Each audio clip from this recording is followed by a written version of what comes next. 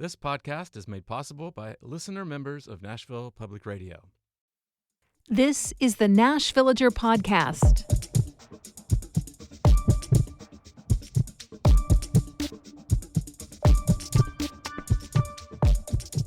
It's October 25th, 2024, and this is the anniversary of a contract signing that essentially created one Davidson County community.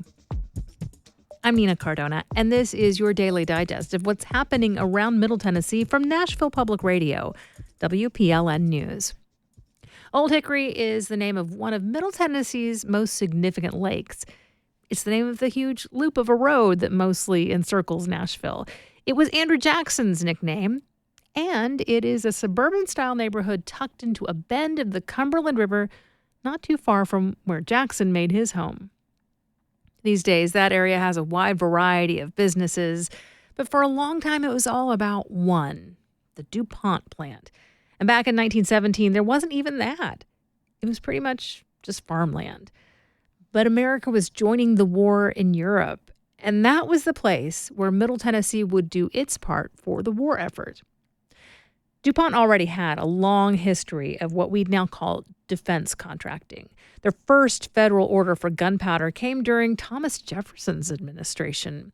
So, of course, when the U.S. entered World War I, the nation turned to DuPont as things went into overdrive to quickly build up a supply of munitions.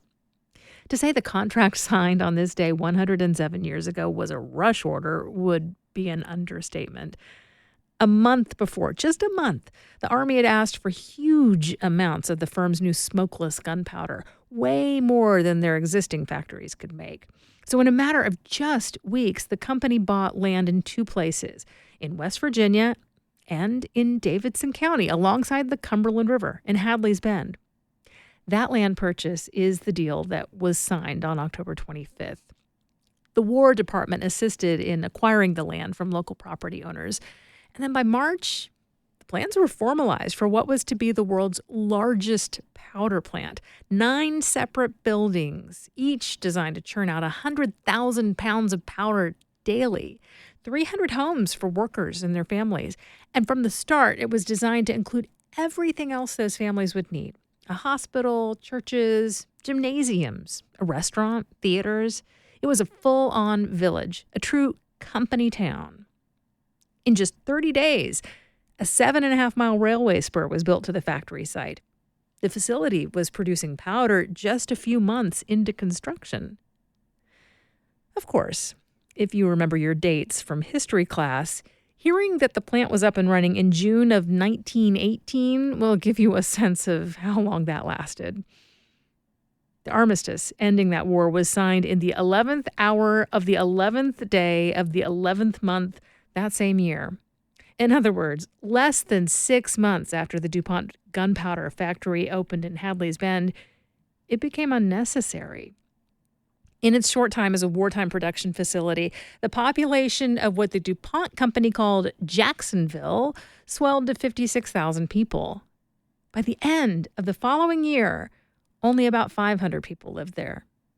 DuPont and the federal government walked away from the massive complex they'd built, leaving the locals to wonder what on earth to do with it. It's not like folks could just go back to farming. There were hundreds of buildings there now.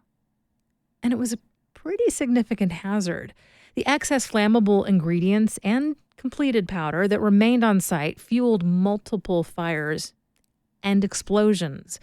So in 1920, the people in that part of Davidson County organized to get the situation under control.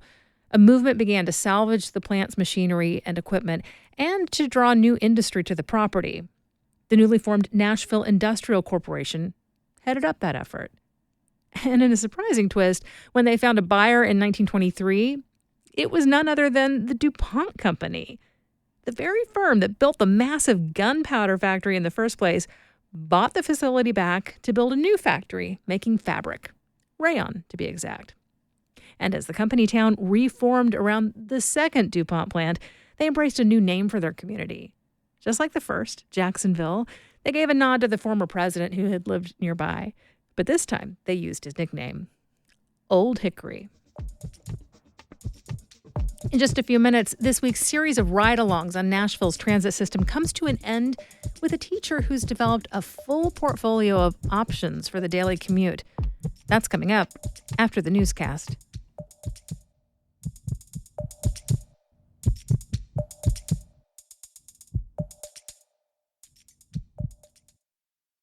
Hi, I'm Miriam WPLN's Power and Equity reporter, and I've been busy this fall making sure you have all the information when it comes to the names on your ballot and how to cast one. At WPLN News, we believe in democracy. In fact, our funding model relies on you casting your vote for local journalism in the form of a donation. Make your voice heard and support your favorite public radio station online at WPLN.org. For WPLN News in Nashville, I'm Tony Gonzalez. Tennessee's Washington delegation is not happy that Nashville was passed over for a new passport processing center. The federal government recently announced it would open 6 new centers, but Nashville was not on the list despite lobbying from the state's members of Congress. So the delegation wrote a letter to the U.S. Secretary of State asking for an explanation. The letter argues that there is an urgent need for many Tennesseans to be able to access passport services quickly, pointing out that the nearest passport center in Cincinnati is a 4.5-hour drive.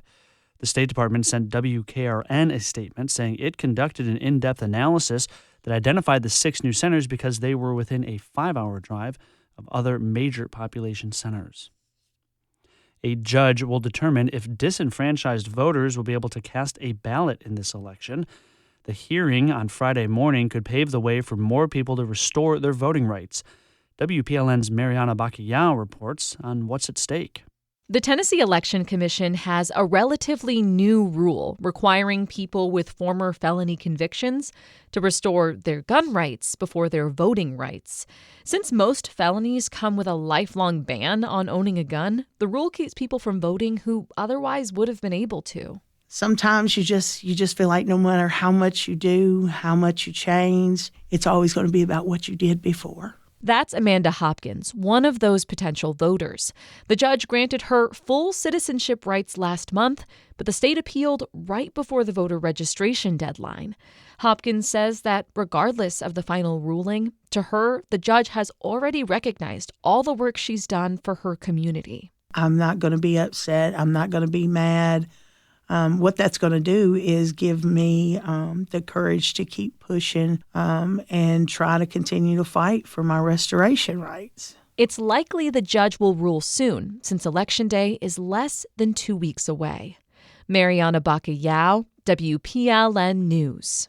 Conservation efforts along the Duck River are getting a federal funding boost. The Department of Agriculture is investing $20 million for sustainable farming and riverbank restoration. The Duck River is one of the most diverse freshwater rivers in the nation, but it has been considered endangered. Residents are concerned about low water levels and are part of a movement to block large withdrawals for drinking water. Tennessee residents are submitting acorns to the state. For the next month, the Tennessee Department of Agriculture is collecting the seeds from white oak trees. WPLN's Caroline Eggers says it's part of an effort to counteract this species' potential decline from the landscape. Tennessee has about 200 species of native trees, and 8 of them are considered white oaks.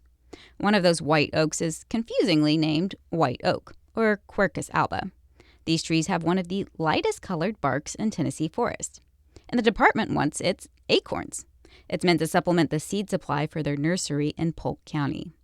White oaks are not replenishing themselves in the state. On the Cumberland Plateau, for example, there are a fair amount of mature white oak trees. But 90% of those acres don't have saplings.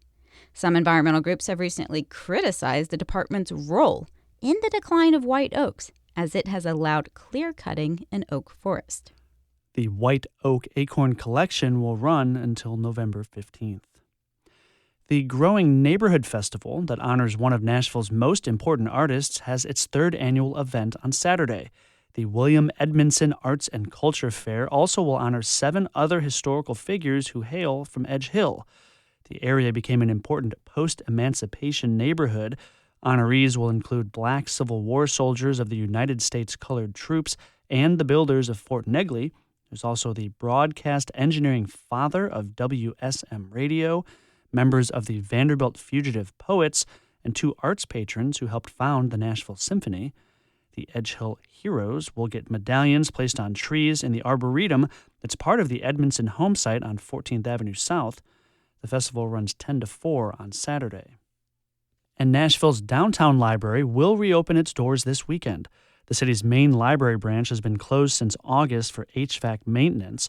Services during that time were redirected through the city's 20 other branches. Starting this Saturday, the Church Street location will restart regular programming. Much of the work done over the last 2 months will be invisible to patrons. The only real noticeable change is that the trees in the library's courtyard have been removed after their roots penetrated the floors and caused leaks in the parking garage roof below. The library says it will be reimagining a new, sustainable future for the design of that space. You'll find more news anytime at WPLN.org.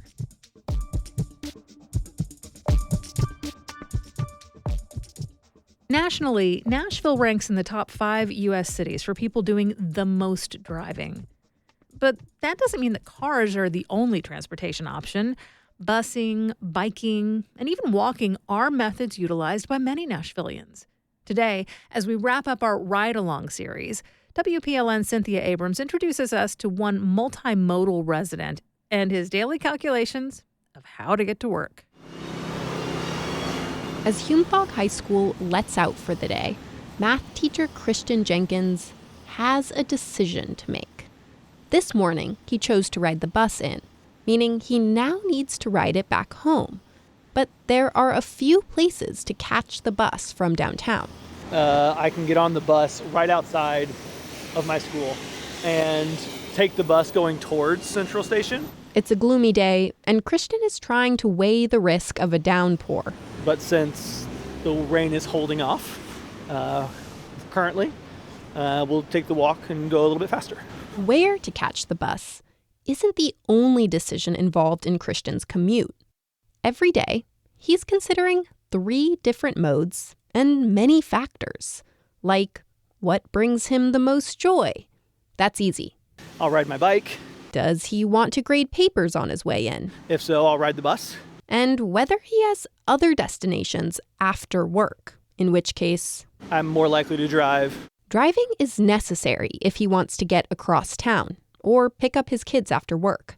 But the downside, he says, is that other drivers make his blood pressure rise. I find that I am most stressed when I get home after driving. Christian says busing has helped him break out of this stress. When you actually put it down and do something different for a while and realize that, like, oh, I'm not mad at everyone in Nashville because the way they drive their car. It's very freeing. Here's another trade-off. To get from South Nashville to downtown during peak traffic hours, biking is actually the fastest method, but it's also the scariest. If you're going to ride your bike, keep your head on a swivel and assume everyone's trying to kill you. This is one reason why Christian is supporting the city's transit referendum. If it's approved, his Nolensville Pike route would be transformed into an all-access corridor, complete with better sidewalks, bike lanes, safety measures. Right now, it feels like it is unsafe in many places. He'd like to see a safer walk to his bus stop and a shelter over it. It's these little things that tilt the scale toward more people considering the different ways to get around. Cynthia Abrams, WPLN News. If you want to hear all 4 WPLN stories highlighting Nashville's bus riders, head to WPLN.org/transit. While you're there, you'll also find our explanatory coverage about Nashville's transit referendum, which is currently on the ballot. We do this roundup of Nashville news every weekday. Please consider subscribing on your favorite podcasting app. And thanks so much to all of you who have left 5 stars, a thumbs up, or a review in your app of choice. That little bit of love really does tell the algorithms that more people should hear about us. And of course, everything at WPLN News is listener supported. You can make a donation at WPLN.org. And that's it for today. Thanks so much for listening. Let's make this day a good one. And we'll catch back up next week.